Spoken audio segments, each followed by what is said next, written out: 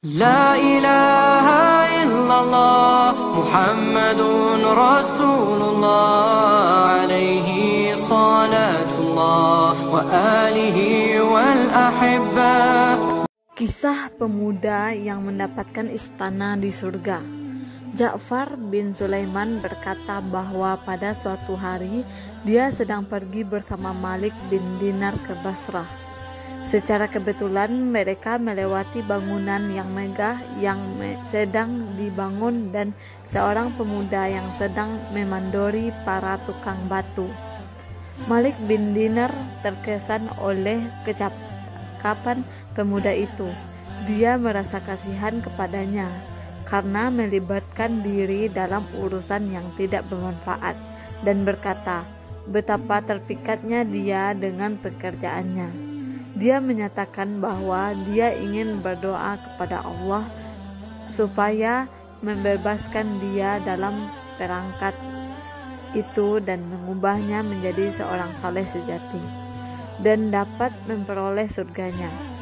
Malik mengusulkan untuk menemui pemuda itu. Ja'far mengatakan bahwa akhirnya mereka menemui pemuda itu.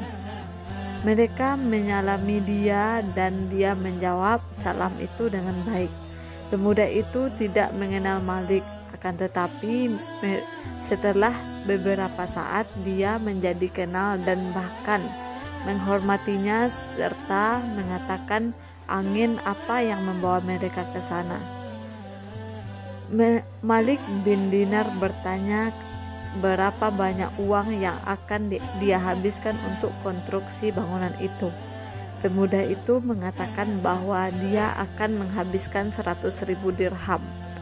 Malik berkata bahwa dia seharusnya memberikan kepadanya 100.000 dirham yang akan diambil Malik sendiri, dan sebagai gantinya dia akan memberikan pemuda itu sebuah rumah di surga yang jauh lebih baik dari gedung yang pernah dia bangun di muka bumi.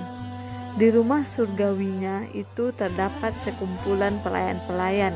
Rumah itu memiliki kubah yang terbuat dari batu merah delima bertaburkan permata.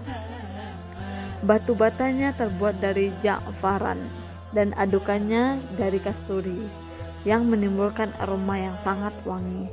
Ia tidak akan pernah menjadi tua dan tidak juga runtuh, karena ia tidak dibangun dengan peralatan manusia melainkan oleh kekuasaan Allah Subhanahu wa ta'ala. Pemuda itu meminta waktu untuk berpikir dan meminta Malik datang besok pagi untuk mendapatkan jawaban pastinya. Malik pulang dengan memikirkan pemuda itu sampai larut malam. Di tengah malam, Malik dengan khusyuk mendoakan pemuda itu. Pagi harinya, mereka berdua datang ke rumahnya. Ternyata pemuda itu telah menunggu mereka di luar rumah. Dia betul-betul tampak bergembira melihat kedatangan mereka. Malik bertanya kepada pemuda itu tentang keputusannya. Pemuda itu bertanya apakah Malik akan menepati janjinya. Malik meyakinkan dia untuk melakukan hal itu. Pemuda itu lalu mengambil tas-tas yang berisi dengan uang dirham dan meletakkan di depannya. Dia juga membawa sebuah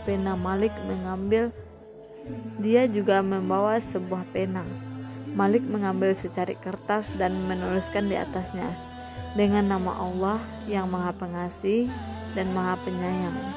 Lalu dia menyusun suatu persetujuan yang menyatakan bahwa Malik bin Dinar bertanggung jawab menyediakan pemuda ini sebuah tempat tinggal di surga di lingkungan Tuhan sebagai ganti istananya yang sekarang, dan istana tersebut di atas bukan saja memiliki semua fasilitas yang telah disebutkan di atas dan diulang dalam perjanjian, tetapi juga ada banyak fasilitas tambahan.